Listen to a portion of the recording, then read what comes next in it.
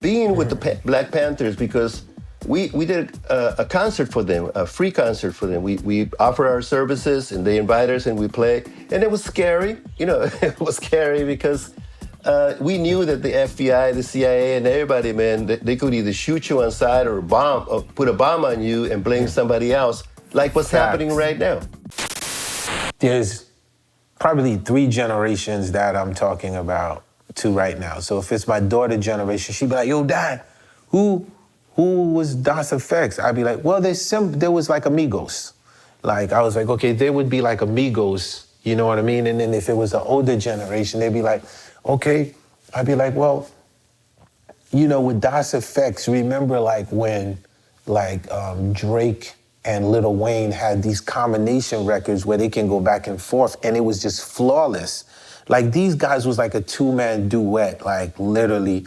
And of course, the genius behind it was the green-eyed bandit, Eric Sherman. So for me, a chance to open up for these guys was amazing, right? So we would come out and bring our instruments. So the show that I remember was Germany.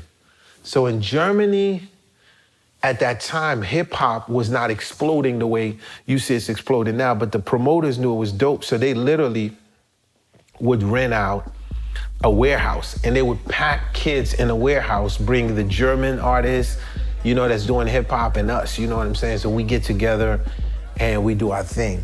So I'll never forget, we was leaving, and keep in mind, it's the early days in Germany, like when we was just getting started. So underground hip hop was just starting to be a movement. And I'll never forget, we got out and they put at the time, Princess, relax. She doesn't like this next part I'm about to say. At the time, the skinheads were outside. And then when I say like skinheads, more like the racists, you know what I'm saying? Because you have because you gotta understand, like the real skinheads don't have nothing to do with racism. It's so important that people understand, like there's a whole thing. So, but y'all know what I'm talking about. And there was a sign that said, I think like, go back to America or something like, leave here. This is us. And, we was on the tour bus. And I'll never forget, that night was a scene from a Shaka Zulu movie. So literally we on the tour bus and I hear about my man is having problems outside with one of the skinheads because we are in the middle of the snow. Anybody that you ask this story, I was still in my underwears. I grabbed the closest thing that I could get to me, which was a broom at the time, inside my underwears, and I literally took off. So literally now I'm outside, my crew's with me, and we're running towards this fight. And like I said, it looked like a Shaka Zulu movie. And we literally we handling what we have to handle, my boy Hassan Sharif, like, you know what I mean? And we get into this crazy, like, altercation fight, and then it's like on to the next venue. And meanwhile, while we're doing this, we opening up for Das Effects. We had no idea what was going on in New York City. Absolutely no idea. So we get back to New York, and the minute we get to the airport, Kennedy Airport, we start walking. I noticed, Princess, relax. I noticed the vibe. Come here, Princess. Come here. I'm doing my podcast. Come on. Man, relax, man. Relax. So we get back to New York City, and this is when I realized at the airport, people started knowing our names in a different way. Like I'd be passing by and people be like, hey. Then we had a show at Jones Beach, and I kid you not. So the most amazing thing was we didn't even know. Like we was like, damn, we gotta figure out a joint, like we gotta get something popping. And we literally hit that stage in Jones Beach. That day, moving forward, changed our entire life. Because I would say the best thing is when you don't know it's coming and you actually shocked. So I'm like, we're gonna go out there and we're gonna kill it the way we normally do, but no one's gonna know the material. And I start up, yo, Mona Lisa, can I end the whole Jones Beach? A chiba, y'all. Well, I'm a Libra, y'all. So for me, there would not have been confidence in saying, okay, now it's time to settle the score if we didn't come from this whole idea of nappy heads. So of course we celebrate the score and we will continue to celebrate it. But I always now, as we move forward, when y'all like, yo, when's there gonna be another score? I want you to start it off by saying, but that Nappy Heads record was what set it off. So when's there gonna be another score? Let's get into it. Run that back. Run that back. You already know I spoke to y'all and I say that I don't do interviews, I have conversations. Yeah. And I'll always say again and again, my show was inspired by a time that I was in London and I saw a show called Live with Jules Holland. And I was like, man, I like the way this guy is just bringing people on to jam. And as a musician in heart, I always loved jamming with musicians. So today for me, when we talk about Carlos Santana, I remember like when Clive Davis was like, yo, he's doing Carlos Santana, and do you know who Carlos Santana is?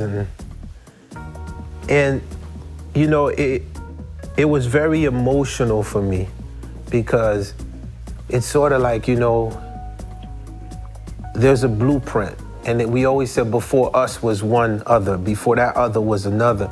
So for me, the idea of being in the presence of Carlos Santana, it was very humbling to me, and I learned a lot. So I want to introduce, and I definitely could say this man is my spiritual godfather, Carlos Santana. How are you, my king?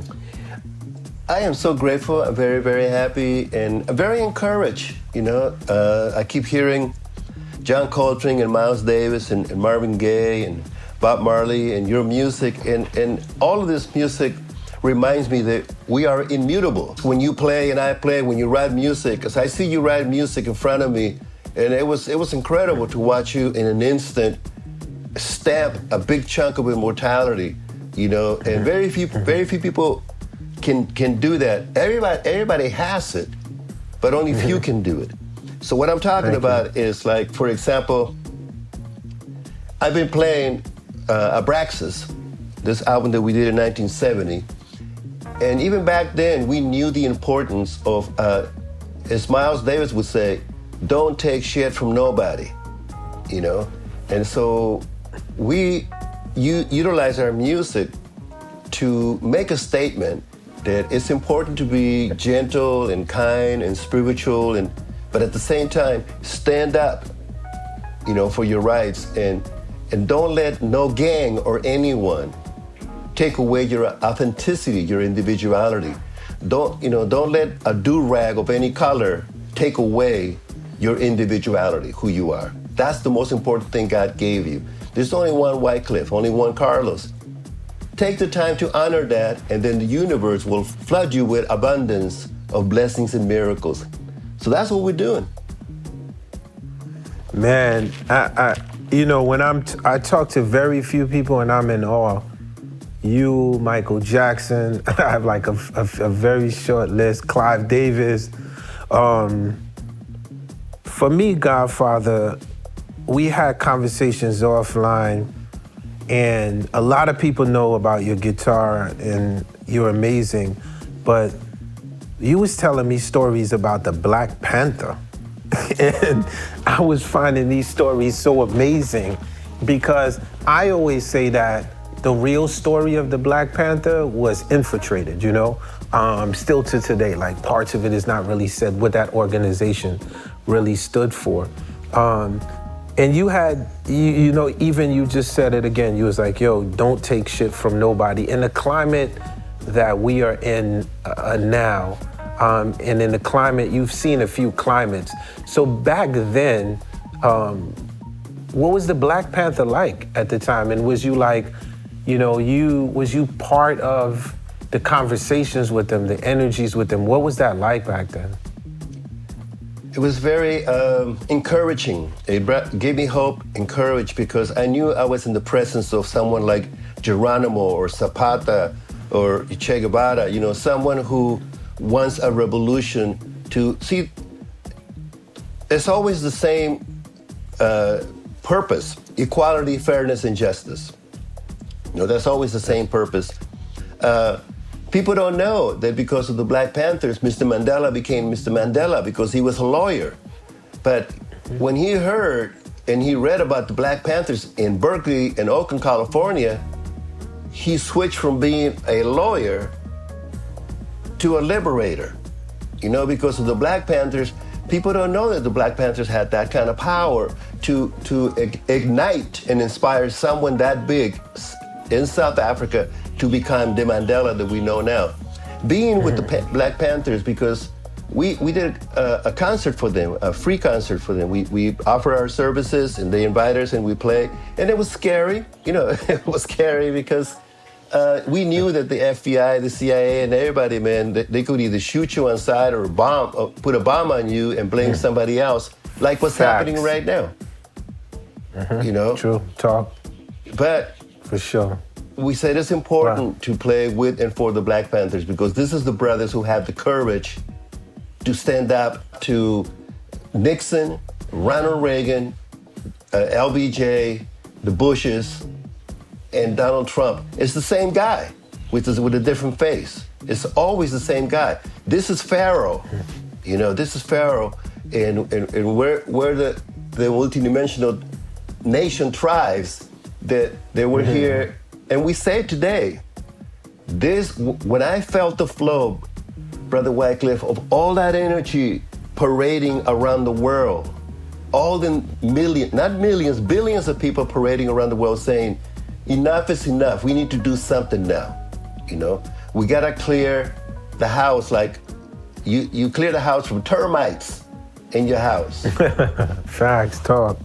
And so we gotta clear the house in the police department, in the union of the police department, in Congress, clear the house from the termites, the KKK, the white racist supremacy. That's the problem, I hear a lot of brothers speaking on CNN and this and that, but they're just smearing it. Ain't no one cleaning it, man. You gotta clean it up, And the way you clean it up, you gotta say, you can't stop all of this, man. This is the time and the place in this planet where we say, we whooped your World War II, we whooped your World War I, World War II, and we're about to whip your one more time. And this time, you will not do what you've been doing to Black and brown and American Indians all this time, And so when we play music by John Coltrane and Miles, and your music and my music, that goes inside the note. It has spiritual velocity. And that's how you change this planet from what it is into what it should be, which is heaven on earth. When you make music, man, and I see you, I see your eyes, I see your fingers, I see your light, and your creativity is really, really a blessing and a miracle in front of my eyes. And so I thank you. Wow, man, it's like just listening to you. What's amazing to me is you said you played for the Panthers, a bit scary, right? And in this era that we're in right now, it's almost like a deja vu, right? And so my daughter is 15 years old, and she came to me, she said, Dad, I am going with my mom to the protest, and we're going to cross the bridge. And I looked at her and I smiled because, and I said this story and I'll say it 1 trillion more times. I smiled because I was like, why wouldn't she cross the bridge? Because a few years ago, I was in New York protesting against Bloomberg and the fact that, education for schools' budgets was being cut off. I got arrested at the time. And so at the end of the day, I see, despite the closure that they want to put in us, there's always a new generation that rises because of what we instilled, right? So Toussaint Louverture, my leader, first black general from Haiti, he was in the dungeon after capture by Napoleon. And in his last days, he's like, look, do whatever y'all want with me, but the seed has been planted. So I'm looking at you and I'm like, yes, definitely your seed has been planted and it's gonna continue. In the era of Woodstock, as a guitar player who's a little kid, many of us are sitting down and we have a bunch of vinyls and we're playing Carlos Santana over and over again, trying to live the era, watching the videos over and over again. I stumbled across another guitar player named Gabor Zabor. And I was like, right? And I was like, hold up. So it's almost like going through all of your vinyls, I ran across this other guy, Gabor Zabor, and thought he was good. And then it looked like within the era, your chief guard, but there was this Gabor Zabor, other guitar player. And where was he from and what was that like in that era? Gabor Zabor is a gypsy from Budapest. And for me, the fascination with music between the gypsies and African music is very delicious, because I was saying, it was funny, I was sharing this with Miles Davis. We're in the room and we were talking about this music and he goes, Spanish? And I said, well, man, it's Spanish because the Moors, the Moors, they conquered Spain, from Africa, Northern Africa. They crossed and then they went to Spain, and that's how you got the Spanish, the phrasing. Yes. But you got gypsy, French gypsy, Spanish gypsy, and you got gypsies from Budapest.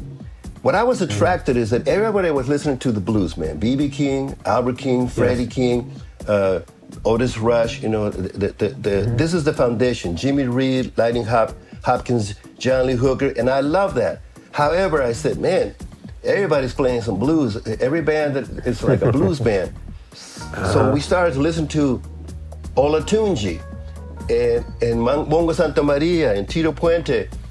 And then we started discovering that there was another way to play music different than Head Ashbury. Because Head Ashbury was this or that. And so when we put the congas in it, everybody went, oh.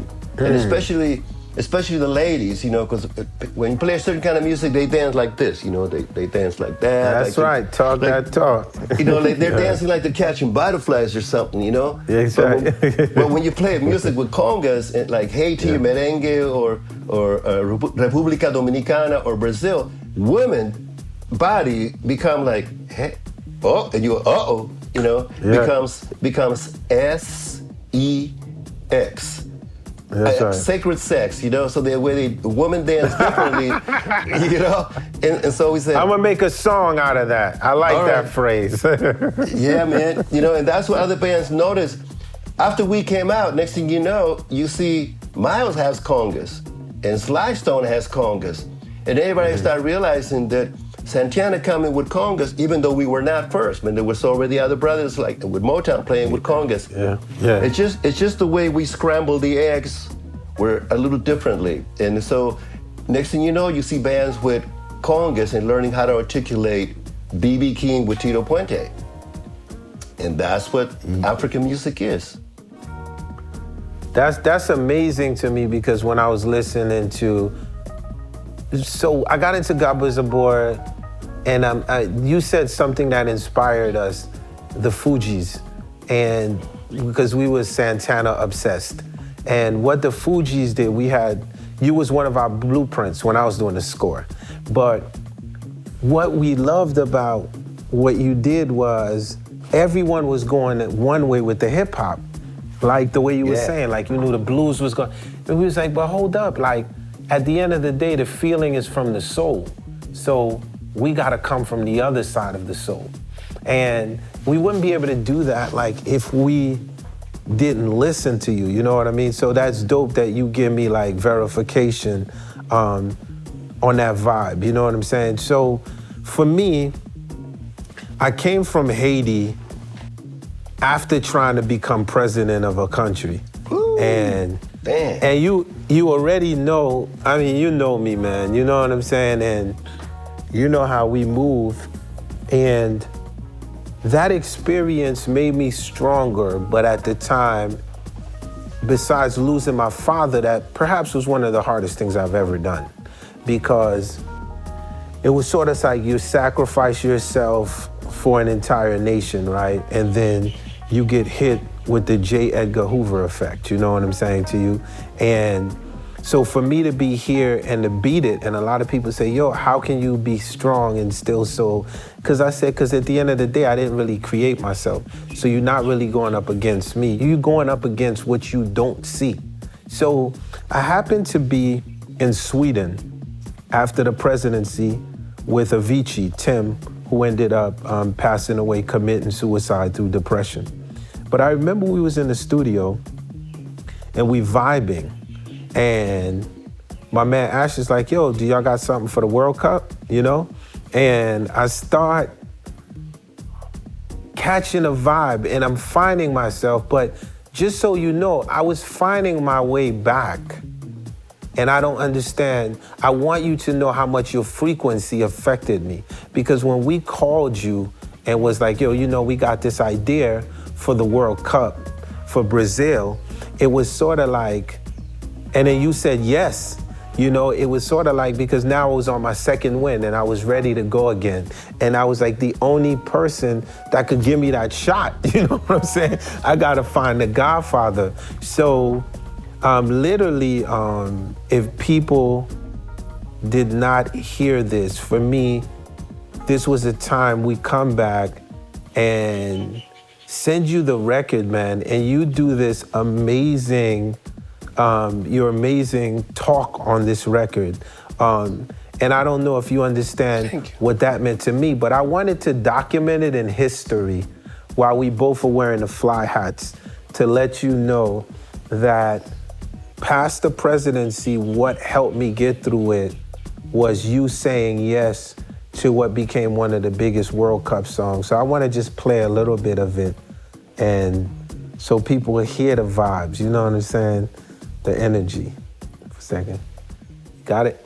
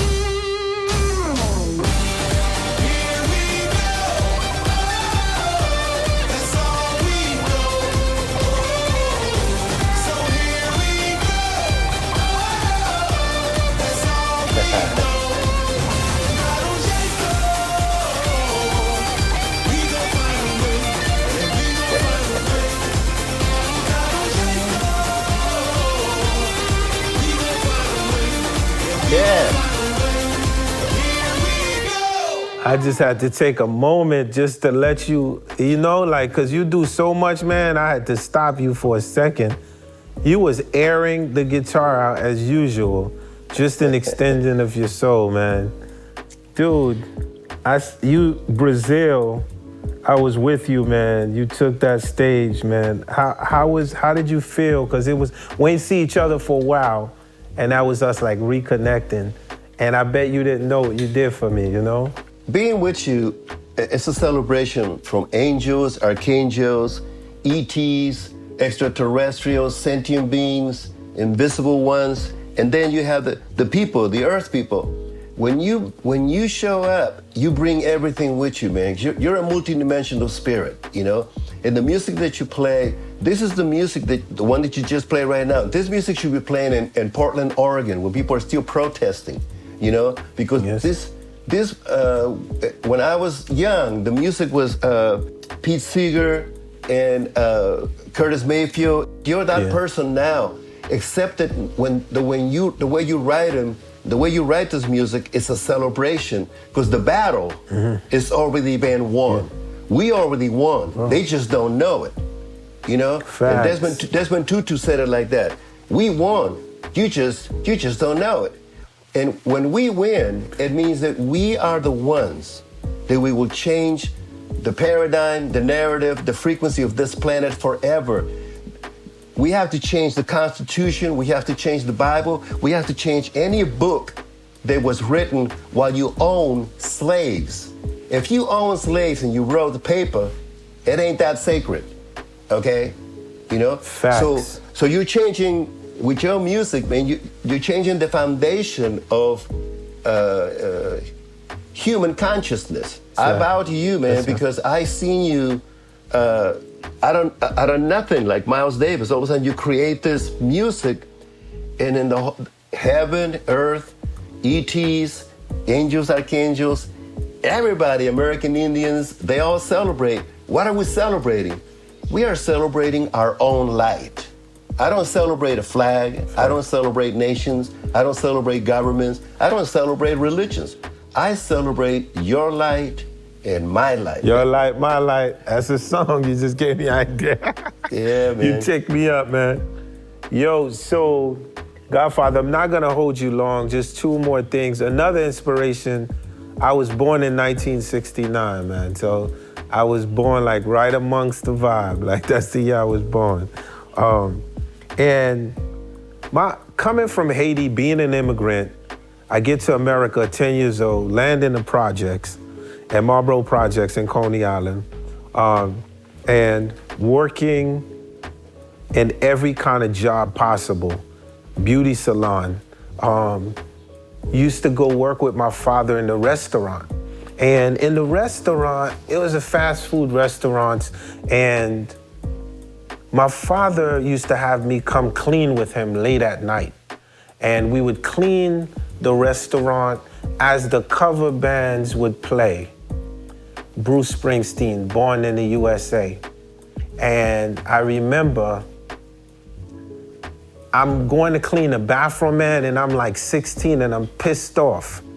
And my father's like, anything you do in America, you make sure it's legal and you do it with pride. Go clean the bathroom. And I'm pissed off and I got the plunger in my hand. And Oye Como Va comes on, dog. And I gotta tell you, I'm plunging, Oye Como Va. And I'm like, yo, that's cool. Don't worry. One day I'm gonna be at Madison Square Garden and I'm plunging this show. And yo, so it's sort of like, when I tell you like you live with me, like since a youth, for us and different people that are listening through this right now, there's always two ways to do it. I got my cousins, some of them sold drugs, they're in the trap, some of them are doing double life in prison, some got deported back to Haiti, and there's two ways to do it. And the way that I was doing it in the early days, it didn't seem so cool, only I thought it was cool because it's like running a marathon or playing a chess game. You know, the result don't come right at that moment. You look crazy because everybody else looks so fly. And they're like, come on, dude, let's get this paper, you know? And I know like the real you, and you are tough and you are loving, but at the same time, you don't put up with no kind of bullshit.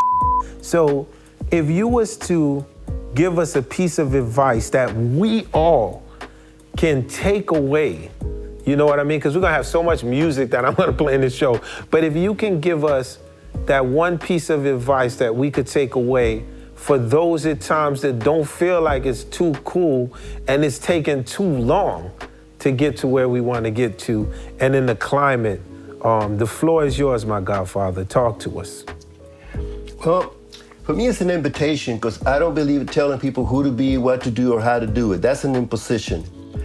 I do invite people to say, in the holy instant, remember that I am not the body. I am free. I still am as God created me, you know? And the way God created me, I can be in a room with Jimi Hendrix, you know? And I can be with Nat King Cole and Charlie Parker. And they'll turn around and look at me and say, you're one of us.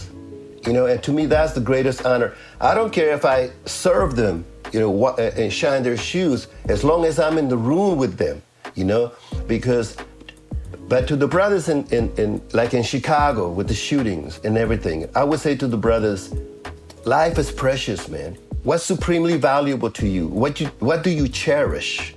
What you cherish, hold it to your heart, man. And don't shoot nobody, because whoever you shoot, they're your daughter, they're your grandfather, whatever you love. That's who the other person is, you know? So I'm learning at this point to see divinity everywhere, you know? And there's no distance, you know, when you are in your light. If you are able to see yourself and sense yourself, that you are precious, like a beam of light, then create the rainbow, you know, create the Wyclef rainbow, the Jimi Hendrix rainbow, the Bob Marley rainbow, so that we can all celebrate peace on earth, unity and harmony.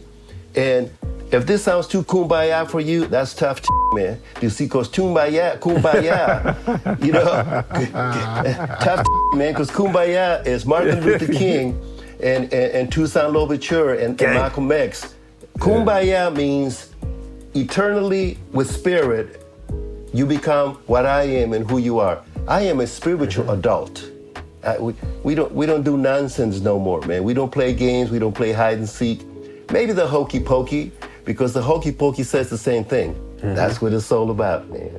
Peace. Yo, I love you, Godfather. I love you, man. And I look forward to listening to more of your music. It never stops. And when this thing settled down, you know, if you're in the West, I'm gonna come watch you as a student, you know, pop up on you. And if you're on the East Coast, you could always look me up. I love you. I'm inspired, and I'll always send you a text. You know that.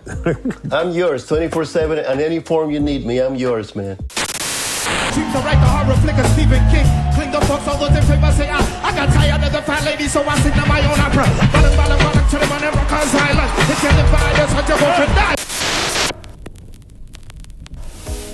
Your boy Wyclef Jean. I'm about to put y'all on.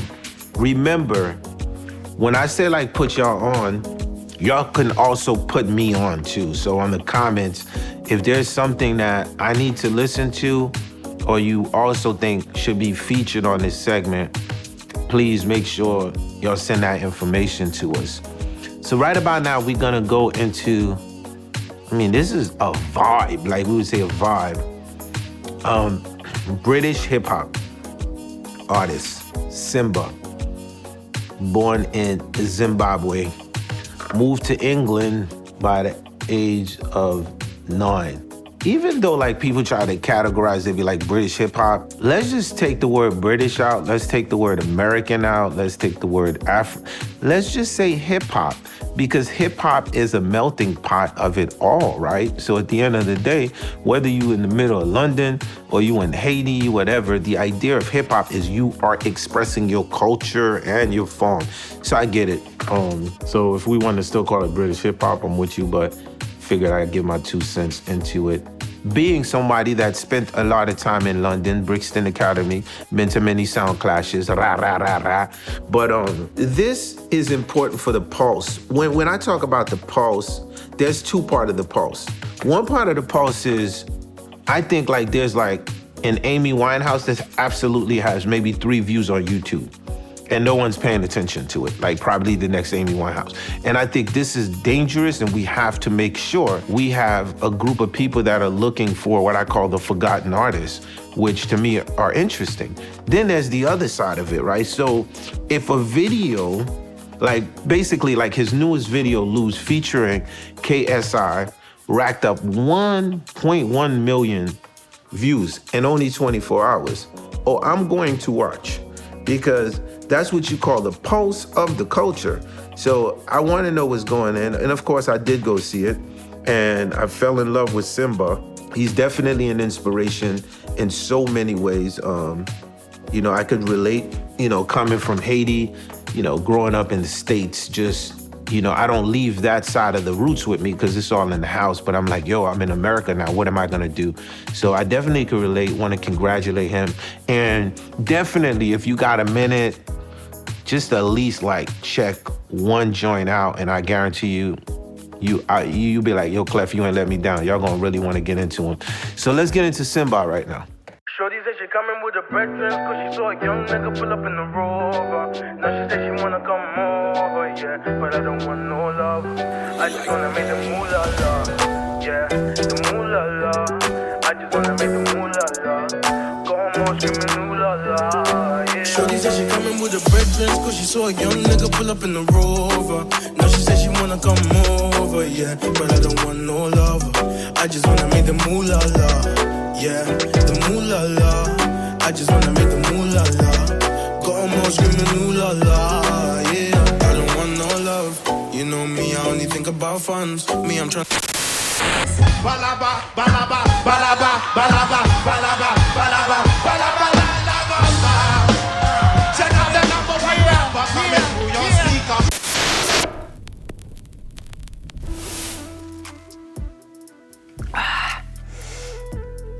Hi, Wyclef. What up? Know why I'm day drinking rum? You usually have a little jug of rum when you're about to talk politics. Exactly. When I'm afraid. No, you're never afraid. I use a little liquid courage. This might be one of those times. They call you silent killer. You're never afraid. Work. Bars. There's this clip that goes around the internet quite often of Denzel Washington taking the media to task. But just this one thing he says, if you don't read the newspaper, you're uninformed. If you read the newspaper, you're misinformed. I'm both. Oh, that was Denzel's quote? That's what Denzel said. And basically was trying to tell the media that, the onus really is on them to report what's real, not propaganda, not what's made up, not to try to run quickly with the headline and get the news out first without checking the facts. Because we've talked before about people having a platform needing to be educated, better educated, if they want to talk about things that are important to the people who follow them and believe in them and share their thought process, today I want to get into politics. Just to start, for me and maybe many people listening. Well, I just think that, to your point, to what you're gonna say, so at the end of the day, you know, like I said, one day I gotta just film the debates which happens here. So you probably be talking about my neighbor over here who's on Fox, you know what I mean? And you'll be like, yo, he's far right. And you'll be like, yo, so-and-so on CNN, and be like, yo, he's far left, you know what I mean? The reason why in these conversations that I'm always careful about speaking and what I say is because the lens of how I look at the world is from an international scope. Yes, that And makes from sense. an international scope means if something is happening in the Middle East, for example, or something's happening in Africa, it does not appear on any of these channels. Not on Fox, not on MSNBC. I'm saying it not don't on appear in CNN, any of them not channels. on So, C-SPAN. for example, like, you know, if 4 girls get killed in a bombing, I'll give you an example, which, you know, or a kidnap in a certain village in Africa, or some form of ruler outside of the United States who's oppressing his people or doing crazy things, right? You watch the news here, you barely see that, right? So for me, being someone who traveled constantly, I had to not only know what was going on in America, if I was going into Africa, I better know what's going on in Africa, right? If I'm going into Russia to do a show in Moscow, I gotta know what's going on in Russia. If we're going to China, China's considered what? Communist. Okay, so then imagine me in the middle of Shanghai, and I'm doing the show, and it's getting heated. Fans are going crazy, and my shirt comes off. Yeah. And y'all see me before, like, you know, I'm a crazy performer. And my manager runs up to me and goes, put your shirt back on, we will be arrested. Immediately, right? Because those people have a certain ideology and how they move and a certain thinking, right? So if I understand that thinking, then I'm able to communicate. And not that I'm gonna press my views on the audience, but what I'm gonna do is press my opinions, right? Because at the end of the day, I press my opinions and you can press your opinions. I feel that the only way for us to understand the world is for us when we're reading, like we should not be just looking at, you know, when the history book was saying, this is what it is, this is what it is, this is what it is, and that's all they teach us in school. The internet has allowed us to move our brain outside of that space and look as a whole. A long time ago, people in America, right? We in America, and I have friends that was like this, right? They'd be like, I'd be like, yo, man, yo, did you hear what happened in this area of the world? And it has nothing to do with America. And they go, that had nothing to do with us, man. We in America, man. And now we've noticed that everything that affects parts of the world affects America. So at the end of the day, in order for America to be better, Africa has to be better. We have to make sure that the Middle East is better. We got to make sure what's the deal going on with Europe? What's really going on with China? Because at the end of the day, we have to figure out a way to balance things, right? Because when you look at it geographically, you could call me John Lennon if you want, you know what I mean? Like, I do believe in the idea of how do we get to like one world and the idea of love for all, you know? Yeah, so you reminded me one time that I get a different point of view because of having done certain things and like gotten myself to a certain place. So many of the people who are listening to this show they haven't traveled the world. They don't have the worldview. So come like all the way back to just America, just the place where they live, just wanting people to understand the views of the right and the views of the left, and understanding that we're in what is called an election season. So, and to speak on something that you just said, what's happening in the world affects what's happening here. What's happening here affects what's happening in the world.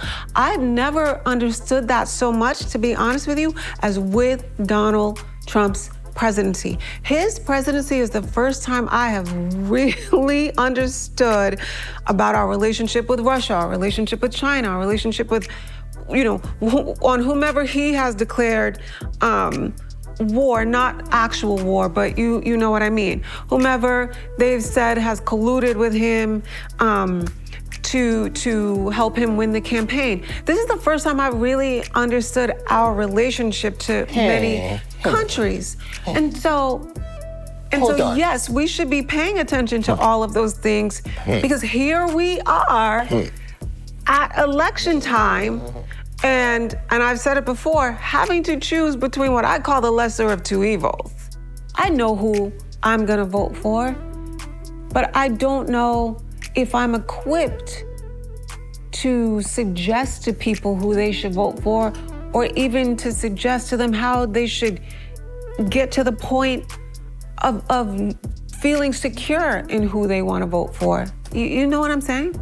What I want to do is just stick to like facts, right? And the facts is, at the end of the day, every administration will do things that you're happy about, other things that you will not be happy about. It's so funny, I'm having a flashback. The flashback that I'm having at this time is, I just remember when the situation happened in Lebanon, and everybody was calling me. Yeah, I know. People in Israel was calling me, my friends in Lebanon was calling me. Yeah. Saying, yo, Clef, can you come? Could you do a drop? Could you bring awareness to this? I think like when something happens in the world, everybody, at the end of the day, like we're moving towards a world where I think people are trying to look for more solutions than trying to fight. At the end of the day, and I'm speaking on behalf of the youth, the ones that are on social media, the ones that are like, yo, we trying to create a change, we need a change. So I do feel like we're in a climate with the internet where what used to be politics is the kids do not fall for the politics. And I'm saying the kids because the kids literally will stand down and be like, we have our own opinions, we'd rather be on TikTok dancing all day, ignoring all of this. But while this is going on, there's a climate, there's a whole wind that's happening. And I think that with this wind, you're right, like we can't ignore the US elections because that's always a domino effect on the rest of the world. So we definitely, once again, the only thing that I always say, and I'll continue to say it, I say a president term is 4 years or possibly 8 years, right? The country's still gonna have to move. So at the end of the day, it's very important that, like I said, you focused on the energy, you learn the policies, and you look at, like you were saying, from your councilman, who your mayor is. Like, you ever sat back and asked yourself, okay, what are my problems in my community? What do I really want change? Like, I will never be able to get to the president to have a conversation with him, but maybe I could have a conversation with the councilman, you know what I'm saying? And the councilman could get the conversation to the next person, then to the next person. So I literally believe in that. So I believe in like community organization. All of these things are very important. So we can't be like, oh, we don't want to be in politics because it's a politics, right? So if you feel the part that you feel that's the tricks, work on getting that part so that it's no longer tricks. Like, get the information, the factual, so we're not dealing with illusions. So I think as we move forward, to your point, you keep emphasizing this election and the idea of the vote. And I keep emphasizing that looking at it from a world lens, right? You talked about the left side and the right side. What I would like us to do as we move forward with this free world is, why don't we start to look at the world the way my daughter looks at music? Or the way this generation looks at music. When they go on Spotify, like if something's coming out of Germany, Spotify don't put or iTunes, they don't put a barrier and says, okay, please enter your passport number here to hear this, right? So at the end of the day, as we move towards the future, we have to think of the idea of security is important. No one is saying no security, but the idea of how do we start to treat each other more kind? How do we work towards more policies that is more in favor of immigrants? I think there's a lot of things that we can improve within these United States of America. Yeah, I agree. And it just brings me back to how important it is to be informed. So not uninformed and not misinformed. So this platform of yours and those who have the amount of people that you have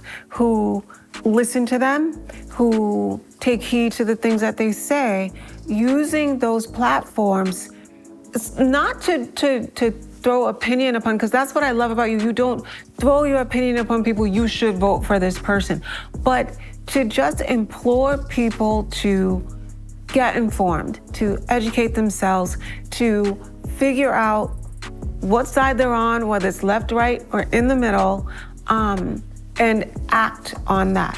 Vote. Take a responsibility so that you're not, for the next 4 years, complaining and knowing deep inside yourself you have no right to complain because you did not act. Yeah. Well, you have a right to either complain or not complain. Based on who you voting for.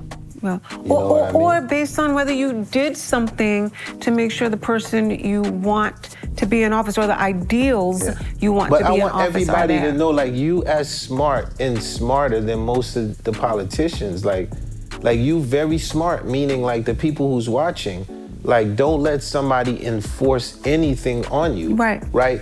So if somebody, for example, if somebody says to me, Donald Trump says Haitians come from a right? Now, I'm gonna say allegedly if he said that, because I don't know the propaganda. Like when I'm on stage, I'm gonna be like, yo, we are not from if you said this, we ain't from no But once again, the reason why I use that word allegedly is because at the end of the day, there's so much rhetoric going on that I'm just like focused on the main issues. And the main issues is, remember this, the art of war. Smoke is on one side. That's all a distraction. Don't ignore the distraction. Focus on your community. Look at the policies that's going on. And be like, yo, is this all the way from the school board, by the way. Like, don't even start at city council. You start even at the school board level. Like, this is how serious it is. This is what we've seen when we think about what our parents dealt with, went through, fought for in the 60s. We're right back in that place. And I believe in my soul we're in that place because we are not hunkered down in our community, making sure that we have a voice. So you're speaking clearly from the point of view of the left right now. I'm speaking clearly from the point of view. I'm just asking you. From the point of view. Because you sound like you speaking like a Democrat. No, I'm not speaking like a Democrat or a Republican. What I'm saying is, when I wasn't seeing my father for months at a time because he was fighting for rights, and we just have to keep in mind, it wasn't that long ago, honest to God, not that long ago, that you or I wouldn't have the right to vote, okay? My dad fought in that war. He's still alive to talk about it. Haiti got its independence in 1804. They were the first Black republic, and they actually had no problem. They actually terrified the Napoleon and came and helped America with the Louisiana Purchase. That wouldn't happen. Yes, Part of founding yes. Chicago. I only say this because at the end of the day, to your point, it was a dangerous time, because if the Haitians was able to get to you and we were able to get together, if the Jamaicans, the Maroons was able to get to you. You are and so right. We was having this conversation. Yes. These United States of America that we see today would be a different. Would be very, very You see what I'm saying different. to you? Like, we wouldn't be, where it'd be like equal rights for everybody, period already. You get what I'm Exactly, saying? it would be very different. Yeah. And it's just wanting to bring the point home of starting first in your community, of really paying attention, really understanding that you absolutely can affect the politics in your community, and therefore by default affect politics all the way to the White House. Perfect. That's all. So I mean, you know how the voting is happening, right? By mail, right? Several different ways. A friend of mine, Fadia, I'm who works asking you that at because I wanted you Instagram. to get into it, yeah. Which is the most, because you keep talking voting. So Yeah. if you could tell us the different ways people could vote, Yeah. which is important. So you can still vote at polls. And one of the things Fadia said that I loved on her Instagram, this is one person who uses her platform in the most beautiful and amazing way to inform people. But what she said was she was imploring people to vote early so that you could volunteer to help at the polls and to help get people to the polls who need help getting to the polls, whether that be by driving them or maybe walking with somebody that's elderly or whatever. But I love that she was letting people know, vote early. So when we get to this point, and the thing that happened recently in certain states, people with these really long lines, sometimes the polls not even opening, getting shut down at the last minute, things like that. So if we have people helping and volunteering, even if it's it's people passing out water while people are having to wait on long lines or whatever. Maybe artists who are gonna go perform. I saw that too while people were waiting on long lines. Other things we can do. So yes, voting by mail, which people are very nervous about right now. You still can go to the polls. So, there are many ways to vote. What's important is make sure that you do vote, make sure that your vote counts. Okay, perfect. So I think a few things that have helped me, because we was talking about misinformed and where do we look at for information. So I'm definitely gonna get you. I know you got some spots. For me, I would say when you look at the internet, there's so much stuff, right? You're like, well, where do I go? Where do I look? Because views are coming, and that's okay to look at everything, but do not necessarily be look at everything. Don't let somebody just tell you this is right, because you're educated. You're not no dummy. You can look at something and be like, yo, this is a scam or a sham. So search, Google, look, at the end of the day, information's out there, good or bad, we're gonna find it. Yeah. I would say, okay, so me, I have two debaters in my family. I always talk about Samuel Jean and Pharrell Jean. They were debaters out of Newark. They debated with Harvard kids, and I got to do a movie on these two. They killed it. But one of the things that I learned from them was watching C-SPAN. Because C-SPAN is sort of it might be boring to a lot of people, but literally it could at least show you how the bill moves through the floor. And how conversations are going. So I would say maybe that's a good lighthearted start that I could give y'all. What would you say? So a couple of things I would say. So vote.org, that's a place where you can go online and you can learn about voter registration. You can learn about what's local to you, where to vote and all of those things. So I think vote.org is a plethora of information about being able to vote. The other is there is an app, because everything's in an app now, and it's an app called Countable. And this Countable app reminds me of oh, this is gonna tell how old I am. When I was learning things from Schoolhouse Rock, which a lot of the people listening won't have a clue. So it's basically a bill, like a Bill's version of you what can just you said. can learn like what bills What are the up bills to are. be voted on and Okay. things like that. And that's a valuable education because then Wait, that one's called what? Countable? Countable, Okay, like cool. like holding you accountable, but just countable. So that's an Bars. app. That's an app. And you could go back, and if you really want to like learn at the very most basic level, go back and find the old Schoolhouse Rock videos. Do you remember? I'm just a bill. Yeah, I'm yeah. only a bill, and I'm sitting here on Capitol Hill. Yeah. And it literally takes you all the way through from being a bill. And he says, yeah, now I'm off to the Senate where I sit and wait. Yeah. Yeah, and so even something as simple as that is how they used to inform young people back in the day about, the process of something going from bill all the way to law. So we're definitely gonna get into that. And I think that you've made a big splash this week. Not just in your talking, that was okay. Thank you. The thing that took it over the top, and everyone is saying this, you need to do a record now. Because once we heard the way you started singing about the bills, Capitol Hill, like it took the whole conversation became normal. It was all about the ability of your singing. You know what I Or mean? the inability. Maddie, you're incredible. Thank you Thanks, so much. Wyclef. I remember coming from Haiti, growing up in Brooklyn. On Flatbush, I got my first sneakers cooking. First thing I did was got my first device. When it comes to freestyle, I never think twice.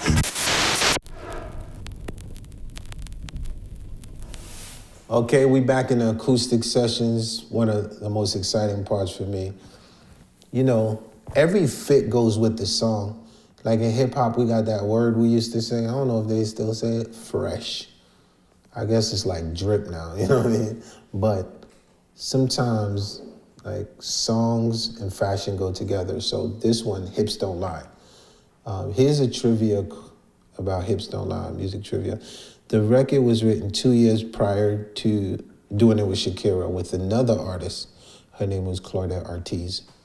And then 2 years later, the collaboration with Shakira just blew through the roof.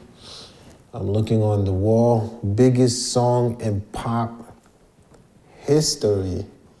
But how did I come up with just the basics, right? So the basics usually always starts off with me humming something like.